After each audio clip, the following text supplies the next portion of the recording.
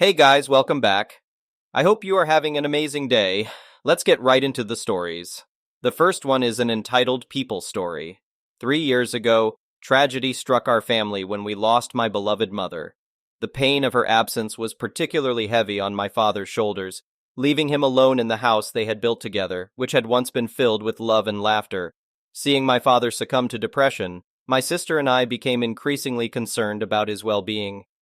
After a year, my sister and I offered my father the option to live with one of us in the neighboring city, hoping that his loneliness would diminish. Although we were just a short distance away, my dad insisted on maintaining his independence. Despite his arthritis, he felt capable of taking care of himself.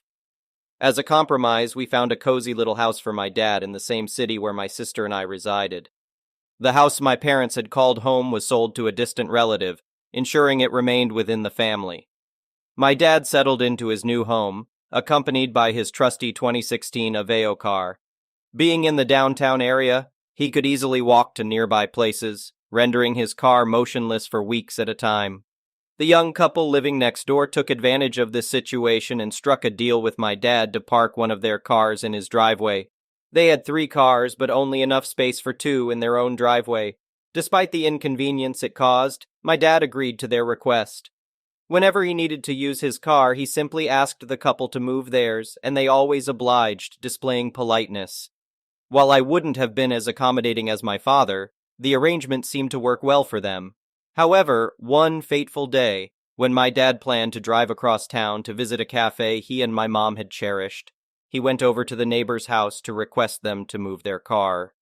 Surprisingly, the wife was absent, and the husband explained that she had taken their other car, leaving the keys to the car obstructing my dad's driveway. He assured my dad that he would call her to resolve the situation promptly.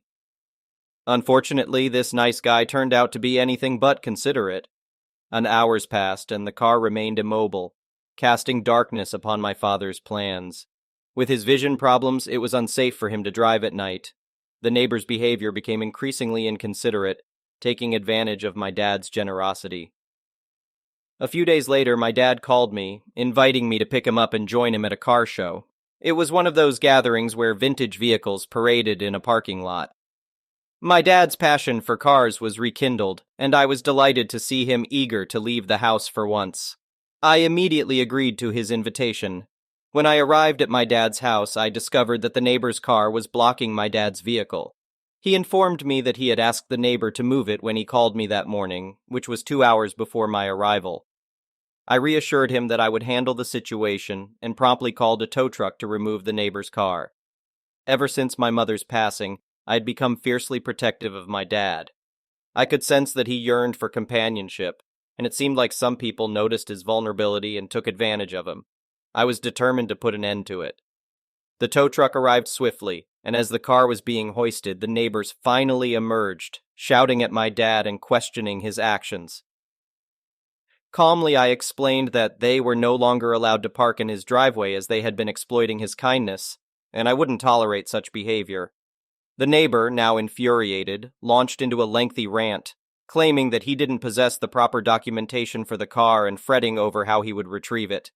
He begged the tow truck driver to release the vehicle, but the driver, abiding by legal protocol, informed him that once the car was on the truck, it had to be taken to the tow yard. The neighbor was left seething with anger. Little did I know at that moment the unfolding events were about to take a startling turn. As fate would have it, the truth behind the neighbor's car would soon be exposed. I learned through one of my dad's concerned neighbors that the husband had been arrested for carjacking. The stolen car, which had been reported missing, was traced back to him. It became clear that the neighbor's intention in parking the car in my dad's driveway had been an elaborate ploy. If the police had discovered the stolen car on my dad's property, he would have been implicated. The girlfriend, in a desperate attempt to distance herself from her husband's actions, claimed ignorance, stating that he had arrived home one day with the car, and she had no prior knowledge of its origin. This revelation made me wonder if their decision to park the car in my dad's driveway had been a calculated move from the beginning. With the husband now behind bars, the wife hastily vacated the rented house, realizing the consequences of their actions. The swift departure allowed my dad to regain complete control of his driveway, finally reclaiming his independence and freedom to come and go as he pleased. The next one is a pro-revenge story. This one is a double government employee event, and what you should know is if you get the attention of a government employee and make them angry, they will make your life a living hell. Sorry, this is a long one. The setup is that I was working for a local county government in the permitting department that handled drainage and floodplain enforcement. I received a complaint from a homeowner, nice guy, who lived next door to a house that was part of an incorporated village, not a nice guy. The nice guy lived in an unincorporated portion of the county, and hence the call to me as an agent of the county. I drove out to the site to investigate and discovered some interesting facts. The permitting agent for the village allowed the incorporated homeowner to fill his lot, affecting the drainage, which caused the unincorporated lot to flood every time there was anything more than light rain. Nice guy indicated that there was some tension between him and the not nice guy, and part of the issue was that nice guy and his partner were a gay couple. This raised a red flag for me, but in trying to be impartial, I took the information and some photos for the file and indicated that I would contact the village to find a resolution. I wrote a letter and then called the village inspector, Jackwagon, to discuss. Jackwagon told me that the village could do as it pleased and that I could do nothing to stop not nice guy from doing as they pleased, since it was approved by the village. There was then a comment about those types of people, the gay couple, making complaints just to cause trouble. I was now on the case, and it was time to make sure everything done on the incorporated lot was 100% legal. At this point, the game was certainly on, because if there is one thing that grinds my gears, it is bullying. I went back out and spoke to the nice guy to let him know what I was up to, and also that I was not going to let this slide. I then started investigating the elevations on the two lots and the fill that had been placed on the incorporated lot. The not nice guy came out and started getting belligerent about my presence and ongoing investigation. He incorrectly stated that I did not have jurisdiction over his lot and that he would be calling the police. I patiently listened and then pulled out my two-way radio and requested that the home base dispatch both a village and a county police unit to the location. I then indicated that since there was a regulatory floodplain on his lot, I did in fact have jurisdiction and that I would be exercising my right to determine the impact of his fill activities upon that floodplain. Both of the police units showed up and I let them know what was going on. They were both appropriately agitated to have to waste their time and let not nice guy know that I was within my authority to proceed with the investigation. A little while later, while I was measuring things, Jackwagon showed up. He started berating me about harassing the village resident and threatening to call my boss and file a complaint and so forth. I invited him to do so, quoting which parts of the code he should indicate I was violating. I was using marking paint to show the limits of the floodplain for the photos for the file. And what do you know, Jackwagon's shoe got painted when he tried to stop me. Obviously, he was even angrier, as was the homeowner, due to very bright orange paint in the grass in his yard. I pointed out that I had done the same on the neighboring lots, but they just kept complaining. It was actually marking chalk that comes off pretty easily. Interestingly, I found two significant issues on Not Nice Guy's lot. One, there was fill placed in the floodplain, and two, a garden shed was built on the fill and partially within the floodplain. Both were big no-nos and actually violated federal law. So the course of action had two parts. One, make the incorporated homeowner remove the fill and shed from the floodplain, and two, allow nice guy to place fill on their lot outside of the floodplain to counteract the fill remaining on not nice guy's lot. I also advised nice guy that it would be a good idea to install a field tile on their side to drain the water that would inevitably accumulate between the two lots during rainfall. Predictably, Not Nice Guy and Jackwagon became super angry when I sent the letter informing them of the violations that needed to be corrected, removing fill and shed, or applying for a revision of the floodplain with the Army Corps of Engineers. Good luck with that. This led to a meeting at the county office with Not Nice Guy Jackwagon, my supervisor, and myself. Quickly, things escalated, and Jackwagon began yelling about abuse of power, etc. The department head entered the conference room and told both of them they were wrong and that they should leave peacefully and comply or face the consequences, fines. The best part was that Not Nice Guy had to apply for a permit, and guess who was the one to review and approve it? That's right, yours truly. Now, I was following the letter of the law, but you have to know that poor government workers are underpaid and overworked. Strangely, the permit for Nice Guy was almost immediately approved, while Not Nice Guy's permit had to undergo a very thorough review to ensure its accuracy. You could argue that I was abusing my power, but I can assure you that the timing for their review was well within acceptable limits.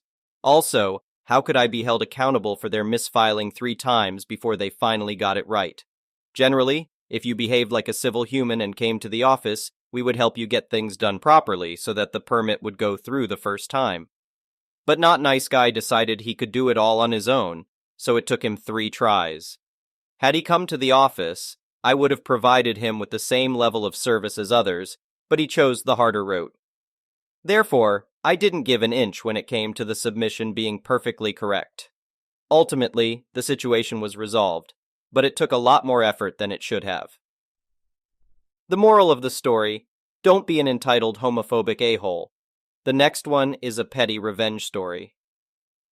This past weekend, my mom visited me in Canada from Ohio to celebrate my daughter's birthday. We've been through several periods of no contact throughout my adult life because of these issues.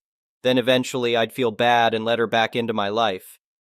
Then she starts the cycle of verbal and emotional abuse again and tries to cross any boundaries I've established. She spent most of the trip lecturing everyone she could about Donald Trump and guns. None of my friends or in-laws up here are American. Everyone is pretty left-leaning, just like her. I am also very left-leaning, but I've grown up with guns because my dad collected them and we would occasionally go shooting. During one of these rants, I made the mistake of saying I didn't really care too much about guns, but I enjoyed going to the gun range with my brother-in-law. I also said I understood why people want to own guns and felt like they needed them to protect themselves and their family. Hoo boy. In my mom's eyes, that made me some right-wing gun nut who was okay with school shootings. I wish I was being hyperbolic, but I'm not. At one point, she said next time I went to the gun range with my brother-in-law, she hoped I heard the screams of the children at Parkland in my head. She also said she hoped my daughter was safe when I buy a gun. Over the visit, it became clear that this is going to be one of those interactions where things are going to spiral into a tornado of craziness that will affect everyone's lives that are even tangentially involved in the fight. It culminated with us getting into an argument in the car, and she canceled the whole visit. It would have ended there, but my mom came back to my house 5 times to continue the fight. I told her to leave several times before I called the police because she tried to force her way in and was making a scene in front of my house. She ended up checking out of her hotel and heading home before the police could talk to her and tell her to stay off of my property. The next couple of days, she sent me texts and left voicemails filled with insults and more nonsense about guns and Donald Trump, as if the crux of our disagreement was about guns and not her crappy parenting or her refusal to get help for what I'm pretty sure is some kind of personality disorder. So yesterday I was telling my wife about some of the texts and voicemails I had received from my mom, and my wife said to me, I did something bad. I asked her what it was, and she told me that she almost wrote my mom an email telling her off. Luckily, my wife said she was way too Canadian for an actual confrontation. So her revenge? I signed your mom up for every NRA and gun mailing list I could find. The next one is an entitled People Story. I have a coworker who is really disorganized and waits until the last minute to schedule things, which frequently results in calling a meeting at 4 o'clock on a Friday. Just to give you some context, my 8-hour workday ends at 3 o'clock, so these meetings make for 10-plus hour days. Moreover, because my coworker is so disorganized and unprepared, we often have to cover tasks that should have been done ahead of time, such as creating an agenda or defining desired outcomes during the actual meeting. Since these meetings are mandatory, usually occurring once or twice a month, I have to attend them regardless of the scheduled time. I receive overtime pay for working beyond regular hours, but my coworker is expected to provide at least a week's notice. Personally, I would prefer having free time rather than the extra money. Normally, if I don't receive notification by Thursday afternoon that the meeting has been scheduled for 4 o'clock on a Friday, I make other plans for the weekend, like hiking, biking, or going out. Yesterday, Friday, my coworker attempted to schedule the meeting for 4:45 but didn't add it to my calendar until 3:05. By that time, I should have already finished work, But a meeting at the end of the day ran a few minutes late, so I was checking my email and preparing to wrap up for the weekend. I noticed the meeting request and replied that the notice wasn't sufficient for a meeting outside of regular working hours. I mentioned that I wouldn't have even seen the notice until the following Monday, and I CC'd my boss to ensure they were aware that I wasn't trying to avoid any responsibilities. Naturally, my coworker was upset because they are legally required to hold the meeting, and that day was the absolute deadline before filing an extension, which my boss had explicitly prohibited, unless under exceptional circumstances. They had known about this for 2 months, but failed to plan accordingly. My boss called at 3:10, asking if I could do the meeting immediately and finish by 4:10, with plans to address the issue on Monday. It was fine, I had intended to leave town but could postpone my departure. My coworker responded to my boss via email, stating that they were using personal time between 3:10 and 4:45, so they couldn't hold the meeting during that period. They also claimed that nothing I was doing could possibly be important enough to justify my absence from the meeting at 4:45. Subsequently, my boss called my coworker, who admitted that their child's birthday party was at 6 o'clock that evening, and they needed to find a cake and party supplies before the meeting, which is why they couldn't be available. My boss became annoyed and informed them that my boss and I would conduct the meeting now, and my coworker would have to face the consequences on Monday.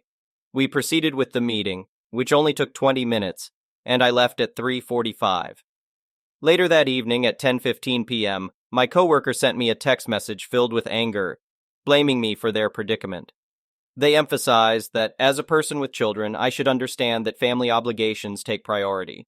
They also criticized my activities and hobbies, deeming them pathetic, and suggested that it wouldn't have been difficult for me to attend the meeting they scheduled. They further mentioned that they would need to correct everything my boss and I had done incorrectly since they preferred to handle it in a specific way, although my boss had already submitted it. In response, I simply wished them a pleasant weekend and expressed hopes that they enjoyed their child's birthday party. Their reply stated that they had forgotten to invite people, resulting in no one attending the party. They also thanked me for rubbing that fact in their face. The next one is an entitled parent story. I'm a preschool teacher. Oh, I've got some fun stories.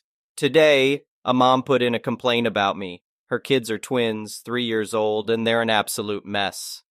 I love all kids, but these two are something else. Their names are incredibly similar, first of all. Picture a parent naming their twins Candy and Mandy or Mackenzie and McKinley. So these girls don't know their own names. They both think their name is Mackenzie.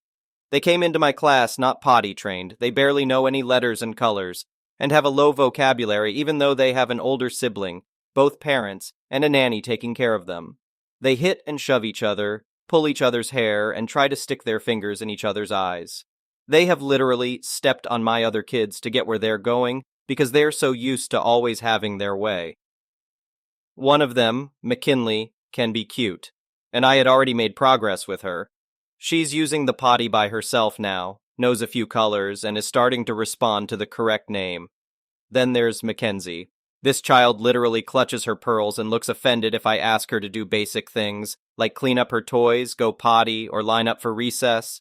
She gets angry if she's told to say please, screams, "Chicken!" if she doesn't like her lunch and says no, while giggling to everything she's told to do. Now I would speak to her entitled mother at pickup about the behavioral issues, but even I softened it and didn't tell her everything this kid does. The entitled mother would insist that all of their behavior was because they speak 2 languages. Sorry, Mackenzie knows exactly what go potty means. She just doesn't like to do it. So last night she was throwing a bigger fit than usual. I told her she could stand up and walk to the potty, or I could carry her, but laying down and kicking her feet wasn't an option. She didn't get up, so I picked her up and took her into the bathroom. I gave her a minute to stand still and calm down, then told her again to use the potty. She immediately slapped me hard on the arm. This was the first time she hit someone other than her twin. I made her go potty and sat her in the library away from the other children because she was still throwing her tantrum. And I didn't want her to hit another kid. I take hitting very seriously, so I told her she needed to sit until she could be nice again, or until Mommy got there so I could talk to her. Mackenzie kept screaming and stomping, so I left her alone to cool down since my sitting by her was only enraging her more. Cue entitled mother picking up. She was rushing to get her screaming kids out, so I only had time to tell her that Mackenzie was sitting out of the group because she hit and wasn't being safe.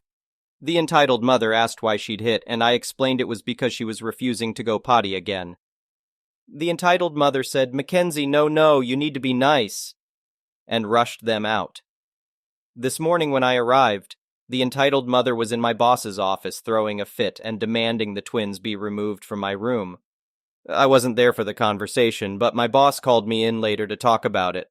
Apparently the entitled mother described last night as, "The teacher put Mackenzie in timeout for not going potty," which totally was not what happened. I was on the verge of a panic attack all day because I didn't know what was going on or what I had done wrong. My boss was fine with it once I explained. They just told me to make sure I'm conscious of how things look to parents when they pick up their kids. The twins were moved to the other preschool class, and at the end of the day, I overheard that teacher crying to the manager because the entitled mother had bawled her out over something too. The woman cannot handle her children getting any kind of discipline whatsoever. Unfortunately, schools have schedules to keep, and we can't spend 45 minutes waiting for your child to decide to go potty on her own. When she first enrolled them, she asked my co-teacher if we could spoon feed them. They're in preschool. Their classmates speak in full sentences, draw detailed pictures, count to 30, say the entire alphabet, and some can write their names already. I'm so hoping the entitled mother just pulls them out of the school because if she tries to put them in my class again, I'm not taking them. I'm not going to put my entire class behind because I have 2 children in my class who I'm not allowed to teach. Thank you for watching. I would really appreciate it if you could like the video and subscribe to our channel if you haven't already. We'll see you again tomorrow.